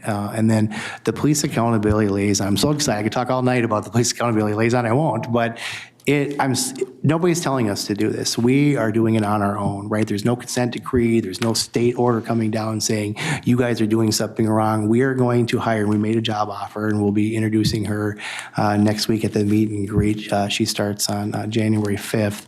We are going to have a police accountability liaison in our internal affairs unit, working with our friends at internal audit here at the council, and then just working to continue to build that gap in the community to go back to showcasing, back to perception about how active we are in how we truly are responsive. But that police accountability liaison position will really be the checks and balances to make sure that this police department is not just once we get accredited, which is the next line, it'll keep us accredited, but that police accountability liaison position is a huge deal for us. And then expanding beats. I am so excited to announce that starting January 3rd, there will be the return of the downtown beat in St. Paul. which is great. And our first ever Franklin Cedar Avenue beat, which is fantastic. Probably really should be 2 beats, and we're going to work on that, but we're going to get that beat there. And I know Captain Ahmed was out on Thanksgiving serving meals in the community, and we talked a lot about bringing that beat back. So that both of those beats back to the work that Captain Ahmed is doing, that's directly a credit to him to bring back both of those beats. So when we think about 2026, where are the other beats that we need to bring back? I'd like to, get something up at Brooklyn Center at some point. The North Side Community Engagement Team that we had under Chief Harrington, we really need to get that back up in North Minneapolis. And just start thinking about the other stuff that we have. So super excited about both of those beats. And those officers have been selected, so we'll start working on meet and greets with those officers out in the community. And back to being the difference and having that mindset, and back to honesty, service, and respect, these officers that are working the beat. And we're seeing the ones right now in Hamlin Midway, downtown Minneapolis, at the airport, in the Mall of America. They have the right mentality to really connect with the community, so that's fantastic. And with that, I'm going to turn it over to Jeremy. As I turn it over to Jeremy, I just want to publicly thank Jeremy for all the work that he's doing. When we talk about perception and all the stuff that we're hearing from our community members, and you go to our social media page, you see it. Jeremy's work that he's doing to tell our story and get that message out there, it's fantastic. So I just want to publicly thank you, Jeremy, for all the work that you're doing and helping us tell our stories. Me being here since 2004, I know this is what we do, but the community doesn't. And it is so amazing to have these stories out there, and you're driving that. So I appreciate that. Chair, council members, my name is Jeremy Zoss, and I'm the Principal Communication Specialist for Public Safety. I joined Metro Transit in February, and one of my first major projects once I got settled in was to develop a plan to communicate about safety as a coordinated effort rather than a series of individual events. To put it simply, the goal of this plan is to help people understand all the good work we're doing that you've heard about today, and to help change the perceptions about the system in a way that positively impact ridership. After a lot of input from stakeholders across the agency, here's what we landed on for a few of the key pillars of the program. Grow awareness of the Safety and Security Action Plan. This was inspired by a conversation I had with a member of BART. They put a lot of effort into promoting what they call their Safe and Clean Plan, which told their riders, we're working on these issues and we're taking them very seriously, and we've been doing this for some time. That's a thing that we can do as well. By improving awareness of the Safety and Security Plan, we can make the public understand that not only are we working to make them feel more welcome, we have been doing that work for some time already. Rider testimonials. We want to highlight the testimonials of riders like Kay, who you see here on the slide, who, when asked what she'd want first-time riders to know, said, I want them to know that it's safe and Metro Transit has your back. We plan to highlight riders like Kay in a variety of ways, including short-form videos, which you see all over various social media platforms, because nothing we say is going to be as impactful as hearing directly from the riders who rely on the system every day. Finally, engagement events. Some of these will be fairly simple to get up and running, such as setting up a popular Ask Me Anything event on Reddit. Some will be quite fun, such as inviting an actual bus operator to play a bus driving video game and stream that online and take questions from the viewers about the differences and how we're addressing whatever issues come up as they watch their stream. These types of events will give the public new and engaging ways to connect with us and provide us with the opportunity to share our messages of a steadily improving safety situation. And of course, we have a lot of fun ideas in the work to activate stations and vehicles in the real world. I look forward to you hearing more about them as they're further along in the planning process. Thank you for your time today, and I would also like to thank General Manager Kandaris and Chief Dotseth for their willingness to try new ideas for sharing our public safety messages. And with that, I believe we're ready to take any additional questions you might have. Thank you so much. It looks like we have a lot of questions. I keep looking this way first, so I'll look this way first this time. We'll start with Councilmember Lee. There were hands over here. Start with Councilmember Lee. Yeah, thanks, Madam Chair. For the 40, the trip agents that are contracted, are they contracted because they're part-time, or is it because of budgetary issues, or why are there 40 positions that are contracted as opposed to regular employees? Councilmember Chair, Councilmember. The contracted employees, they are not part-time employees. They are full-time employees within that when the TRIP department was originally founded, navigating, increasing the number so that we have that presence and that visibility within the system. They are adding onto that so that we're able to increase that visibility as we continue to work through the process of onboarding and hiring, continuing with Metro Transit TRIP agents, so they are not partial, they are a complement to what we currently have as we continue to increase hiring, and then also having that as a resource available to increase those numbers across the system for the varying needs. Oh, thank you. Councilmember Chambliss, and then Councilmember Barber next. Thank you, and I'll keep my comments short. Congratulations on all the progress that has been made since this initiative started. I'm really happy to see the value-based emphasis because I think that's the glue for coordination and cohesion and understanding. I'm also happy to hear about the social emphasis and getting the social services up and going because these are community-based issues, and it requires the expertise and the emphasis from a social perspective. And I'm really happy to see that we have some increased plans for beats on Cedar and Franklin. I know the community has been asking for that in that area. St. Paul, that's good. And hopefully we'll be able to get Brooklyn Center back on track with some more official presence. Thank you, Madam Chair. Just a couple of quick calls. First of all, wonderful work, everybody. But Jeremy, very nice on the social media work. I'm telling you, I'm seeing it lots of places. So please, council members, if you're not following the Metro Transit Police Department, please do that and comment, repost. We want to get the message out there. It's very important. So there's your, public service announcements for today. Chief, I want to say kudos on building out the department and officer support. We all learned too hard this summer that bad things can happen, and they can happen very fast and back to back. So it's really important to have that infrastructure built up beforehand. So I'm really glad to see that. I think it's been referenced around the table, certainly amongst all of you presenters, that this was not just a plan that was just going to sit on the shelf. I think when we set out to do this, there might have been some questions because we knew we were responding to significant problems that we were aware of, the public was aware of, the legislature was aware of, and we were able to put together the plan as a very wide-ranging group, and then with the help of the legislature in 2023, get some additional funding to help really back that plan up. And what I can say is we're seeing real impacts out in the system, and it's working not because it was just a plan, it was a direction, which also means we're not done, but it does tell us that it's making the system safer for the public, for officers, or for operators and employees, and all of that together. I've heard it from other council members, we're hearing good feedback right now. People are saying they're feeling a difference, and that's because we weren't shy about having a problem and trying to go fix it. So kudos to Chief Dosta, General Manager Canderas. Really appreciate your leadership. All of you have worked at this because it's really made a difference. I had Councilmember Lilligren and then to Councilmember Johnson.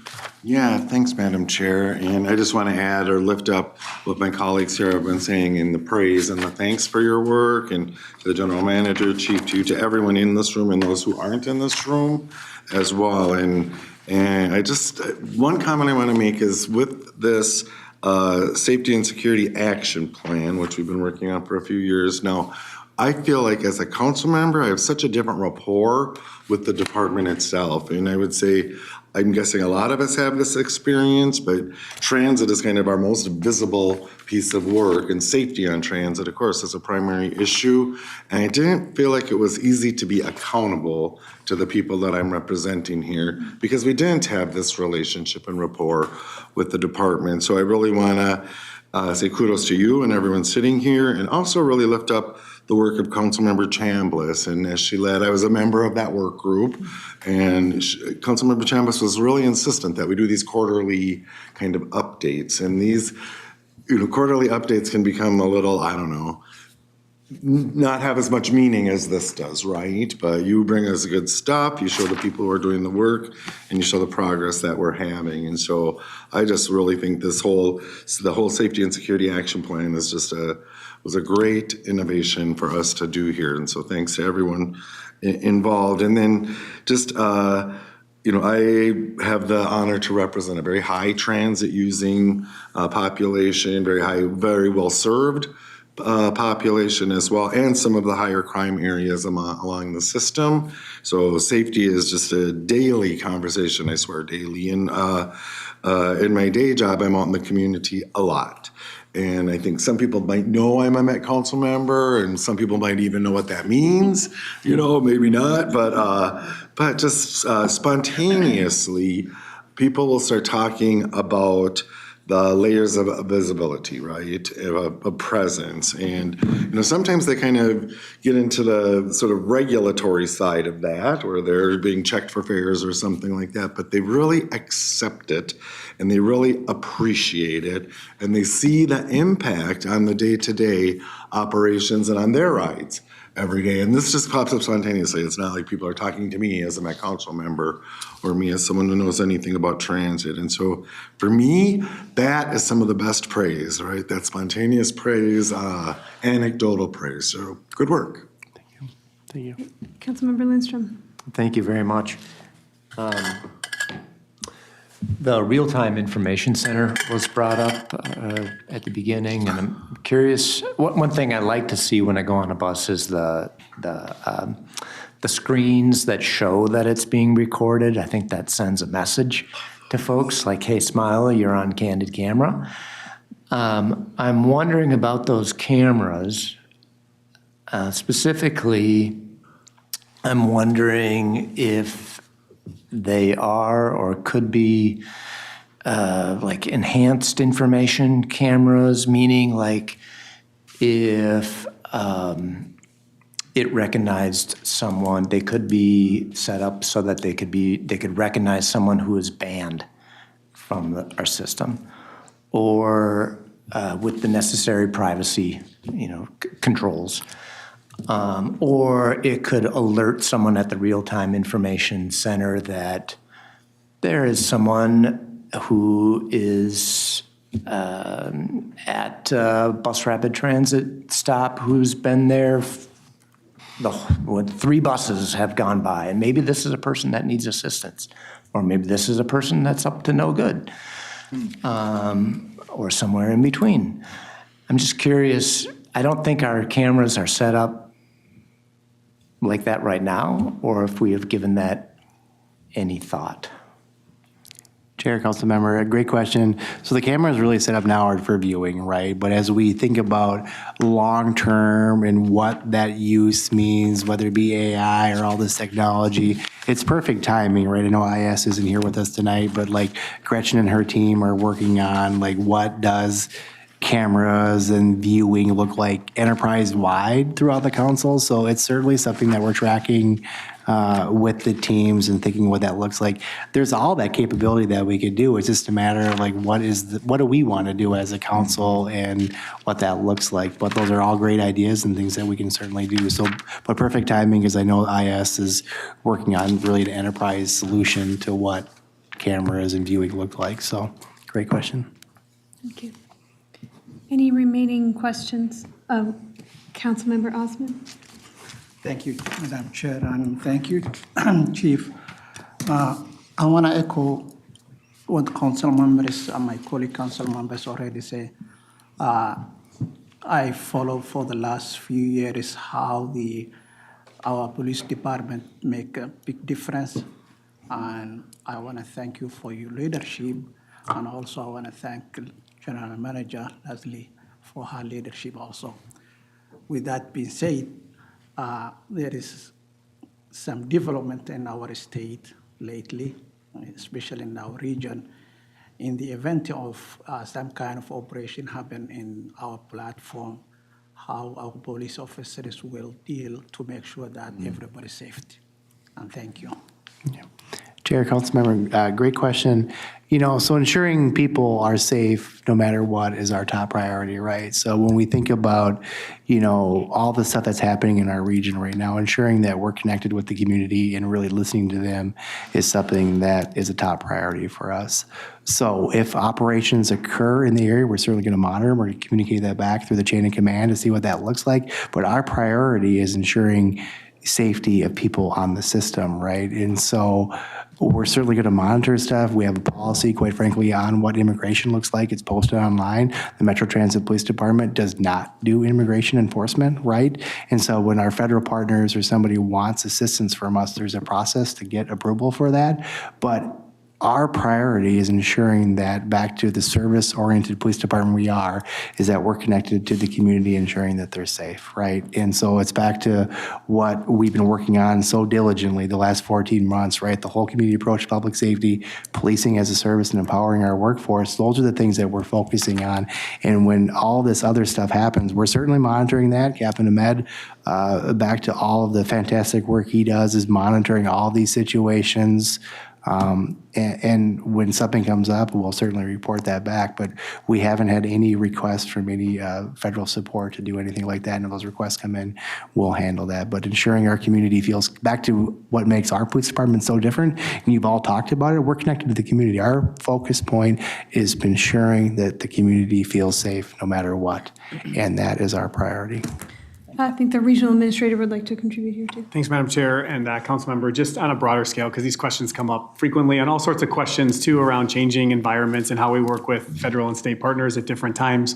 We have a convening every Tuesday where we review issues. We've talked about that here in the past, and we are continuing to convene across the council more broadly than just with PD, which is clearly one of the main points of contact.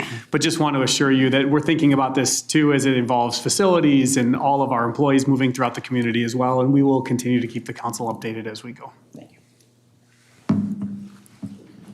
Did we have a remaining question from Councilmember Lilly? Yeah, thanks. It's not a question, Madam Chair, and I apologize for speaking twice here, but I would be remiss if I didn't really lift up this introduction of beat officers at the Cedar Franklin area. And it's so necessary. I don't know how many people spend time down there, but if you go there now, it just really represents an utter failure of community safety, not just by us, but by every public jurisdiction. And there's so much interest in cooperation from the community in improving safety right there. And so this will be great. You said January 3rd, right, Chief? So I took a picture of the slide. It's going out, into the community. It's public, now.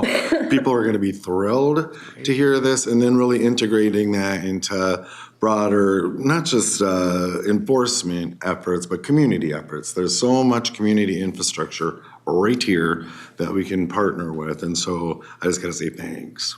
No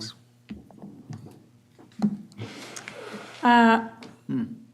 I am floored by the presentation and the passion behind it. Your leadership is very clear. That shows in your recruitment and retention numbers, even as there is a longer way to go. I will take you up on your offer to ride along with you, and I'd like to do it soon. I'm a regular rider, and I look forward to seeing you do your work out there in the field. Thank you so much for your presentation. Thank you. Thank you.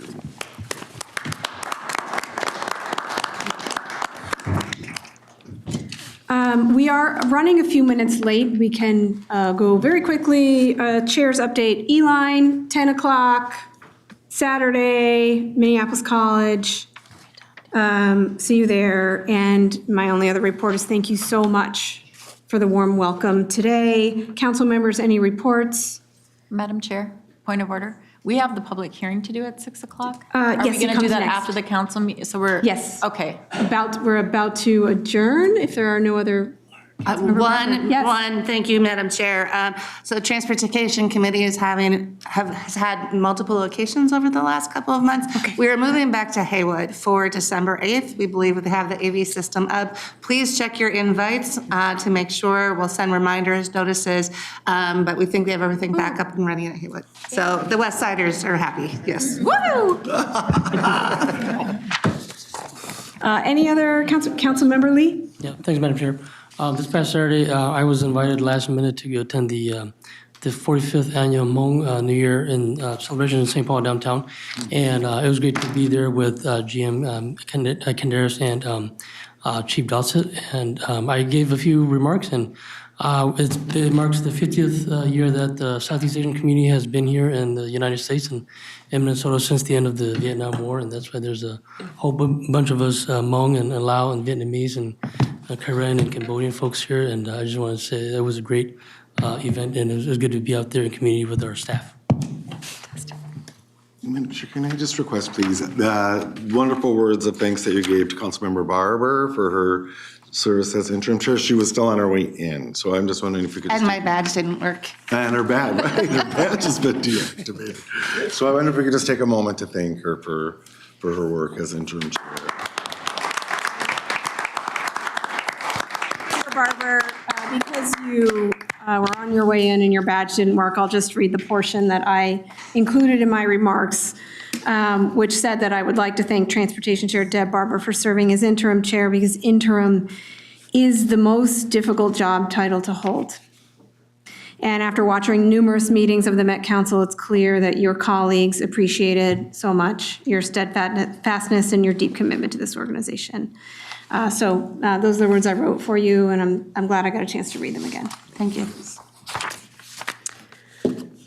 Okay, regional administrator in reports. No update, Madam Chair. I've been given a note that we roll right into the next item. Sorry. General Counsel report. General Counsel report. Sorry, your bullet's on the very top. I missed you. I apologize. Thank you, Madam Chair. I'll pass. Great. We are now going to start public comment on the 2026 budget and levies. And for everyone in the room who's been so patient, thank you very much for your patience. We are at the point of the agenda for public comment on the budget and levies to consider the 2026 adopted unified budget. Notifications to the public for comments were included in our business items when we adopted the preliminary operating budget and levies in August, and again when we adopted the public comment draft in October. Notification of the opportunities for public comment was also included in the proposed property tax statements. For those here today, this is the final opportunity to address the Metropolitan Council before adoption of the Met Council's 2026 unified budget and levies. The procedure for public comment: individuals will be called to speak in the order in which they've registered. If you are not pre-registered, that is okay. We will give you an opportunity to comment in a couple of minutes. Individuals have 3 minutes each. Designated representatives of groups have 5 minutes each. Once all speakers have presented, and if a speaker who was limited by the time wants to speak more, you can request additional time. The chair has sole discretion on limiting or extending testimony. And with that, the public comment period is now, what? Yes, sorry. Oh, sorry, thank you so much, Me. Is now open, and I've been informed by Me, thank you very much, that we have no pre-registered speakers tonight, but we do have someone who has come to speak tonight, and I will invite you to come forward. His name is Donald. Donald, are you here? Thank you so much for coming today. Please come forward. All right, thank you. I just have a couple of comments. My name is Donald Clark, and our family was a small business in St. Paul, in Ramsey County. And I guess I'm very disturbed about this bronze line going to Maplewood, and our property taxes have just gone crazy. And I see that $375 million is supposed to be totally funded by Ramsey County. Is that true? For this bronze line, going from downtown St. Paul out to Maplewood. Sir, we really appreciate you coming today. You can provide us with your questions. We'll do the work on the back end to make sure we provide you with responses, but those responses don't come in real time today. Okay. But we're happy to look into the questions that you're posing to us today. Okay, can I say one more thing? Of course, your time is yours. The floor is yours. East side. I see these buses going out to Woodbury every day. I've never seen one soul on one of those buses. So I'd like to know what's going on with those. Okay. Not one person. Just doesn't seem right. Okay? So Thank you. Thank you so much for speaking today. We've heard your concerns on ridership, and we have heard your questions about how the Bronze Line will ultimately be funded. Yes. Thank you All right. so much for Thank you very speaking. much. Yes. Okay. Something is happening behind you. Oh, there we go. We do appreciate public's comments on all topics. We are on the topic right now of the proposed budget and levy, so I will return to that topic. And if I could suggest, can we make sure that Donald, and sorry, I missed your last name, has the contact of maybe a staff to obtain more information, if somebody could help make that connection. Thank you very much. We want to make sure you get answers that you've posed questions to. Okay, calling up Ned Smith, Chief Financial Officer, to do a short presentation. And afterwards, we will turn it to Councilmember Johnson to move adoption. Thank you, Madam Chair and members of the council. Since you have demanded that I make a short presentation, I'll do my best not to disappoint. So I am Ned Smith. I am the Chief Financial Officer for the Metropolitan Council, and we're here today to talk about the 2026 final unified budget, of which we are looking for passage tonight. The short answer is there have been no changes. So typically this is when the council may remember back in October, you approved the public comment draft, and then we leave it out for 90 days.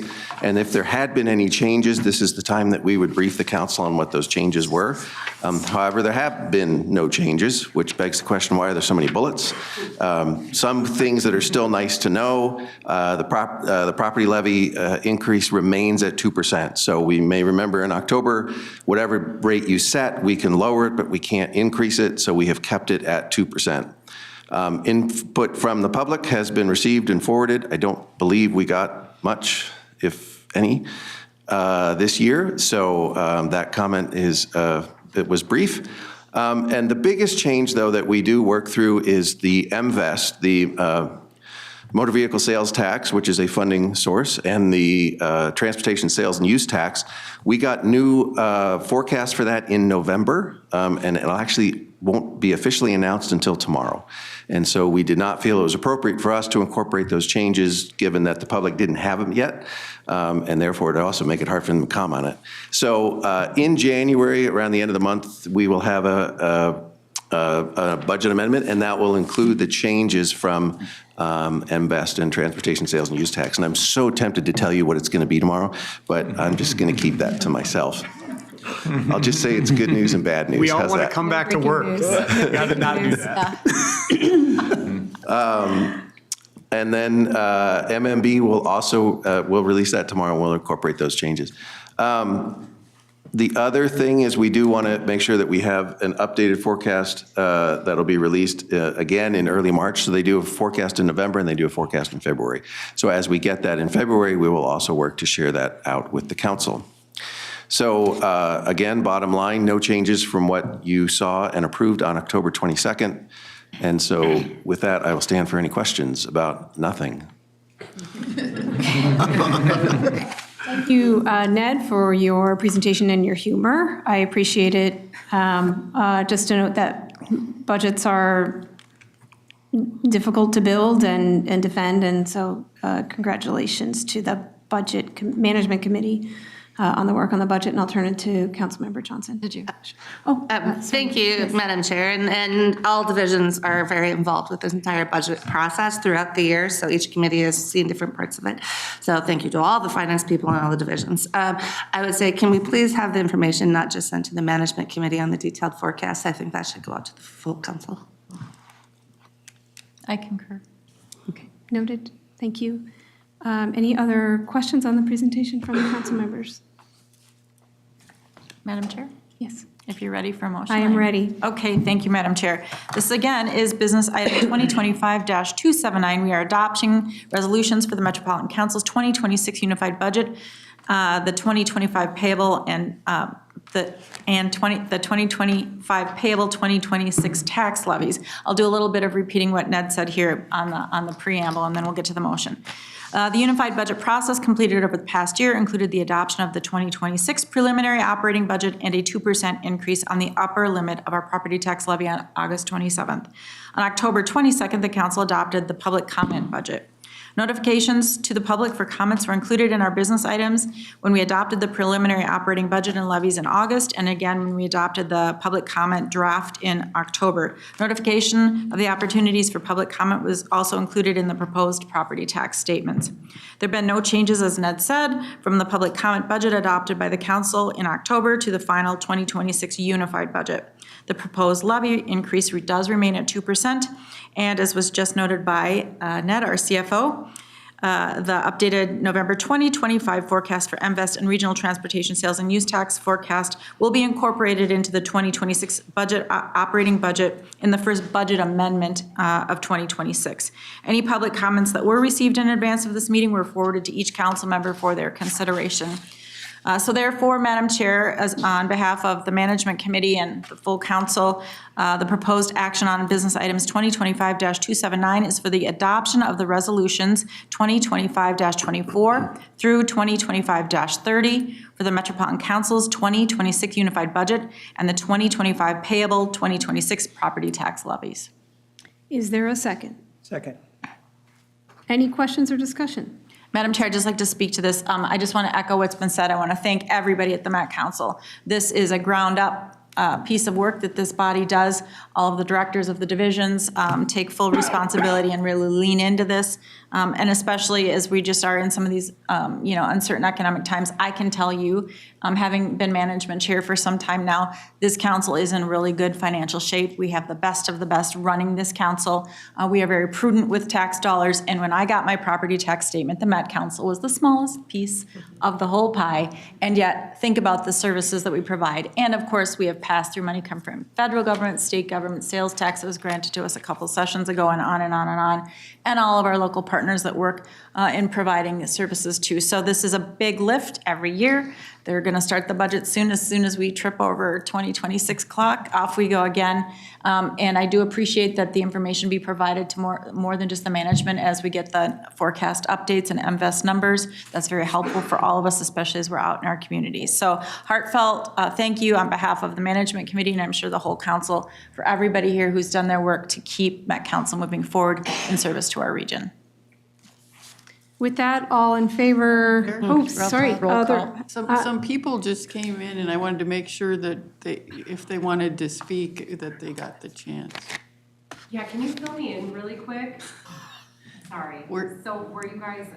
You have to come to the microphone if you want to speak.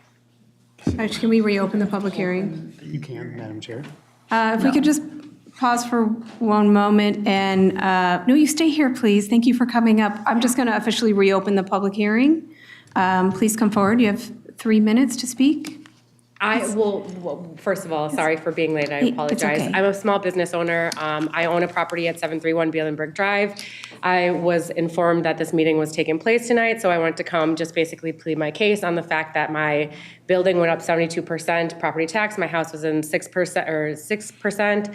So I'm not sure which way. Is that for this one? Okay. I just wanted to make sure. But anyway, so I came with the dream of owning a small business. I employ 10 girls underneath me. I was trying to buy the building, but now that's kind of in gray area. Looked at our property taxes for the building, went up 72%, 42% this year, and then, 72% within the past 2 years. I live right on the bus line. I drive by it every day. I get easement charges. I get, curb. We just did like a curb analysis or something that my business was just billed $800. I keep on getting all these bills over the last year of this bus line and all these things. So it's making all the small businesses, and we're privately owned. Me and everybody else in these suites are privately owned. When they came with these budgets and all these bills that we were getting saying that it's going to increase our business and we're going to get all this money, it just seems like we're just being bled dry, and a lot of businesses are closing around me. My business is in jeopardy also, just because, again, it's just raising higher and higher. It's getting higher. It's getting more expensive to maintain. Again, I have a house. I'm a single mom. I do everything on my own, so it's just really hard to keep on feeding into a budget, especially with this bus line that nobody rides. And I drive by it, like, again, I live on it, and I never see anyone on it. So my brain is just like, okay, I have been doing everything I can as a homeowner, business owner, property tax owner, paying, with like not getting anything out of it besides being bled dry, and essentially probably gonna have to sell my business because of it. I wanted to own more property. I wanted to do all this, and instead of giving into the business owners of the city, we're putting it into a bus line that no one rides. Long story long, sorry. Thank you so much for coming here today and coming forward, and I'm glad we reopened the opportunity for you to speak. It's very heartfelt. I think we can all hear your concern and your struggle, and we do need to hear from the public on how our budgets are affecting them. I would encourage you to also keep track of what is happening in the city of St. Paul. There's always an opportunity to make comments on the city's budget, which I think you've noted some items that are more related to the city, but know that your comments are very important. We really appreciate you coming in today. I'm just here on behalf, and I don't know where to go. Again, like, I'm just trying to start out wherever I can. You So did if there's great. any direction that any of you guys can, because again, I want to still keep on being a small business owner. I just wanted to start here. Well, you did great by coming in, really. Thank you so much for coming. And our regional administrator said he's going to catch you for a little bit more conversation on how any other advice that we can give to you tonight. I appreciate it. Thank you. Thank you for coming. Okay, thank you. Okay, I'm closing the public hearing, and I'm coming back to, we've had a motion and a second. Is there any discussion? All in, we are roll calling this item. Thank you very much. And roll call customarily we do by, the clerk will take the roll call now. Thank you. We didn't cover this earlier today. Thank you. Okay, so roll call. Johnson. Aye. Chambliss. Aye. Dr. Carter. Aye. Barber. Aye. Pacheco. Lilligren. Aye. Osmond. Aye. Cameron. Aye. Morales. Aye. Lindstrom. Aye. Dr. Cedarberg. Aye. Jenkins. Aye. Lee. Aye. Carter. Aye. Obishakin is absent. And Wolf. Aye. Oh, and sorry, Hutchison. Aye. That motion carries. Congratulations, everyone. Well done, I believe this, I've lost, I'll be honest, I've lost the last so long agenda, and I've already made my remarks and updates, and I will adjourn the meeting. Thank you so much, everyone. Well done.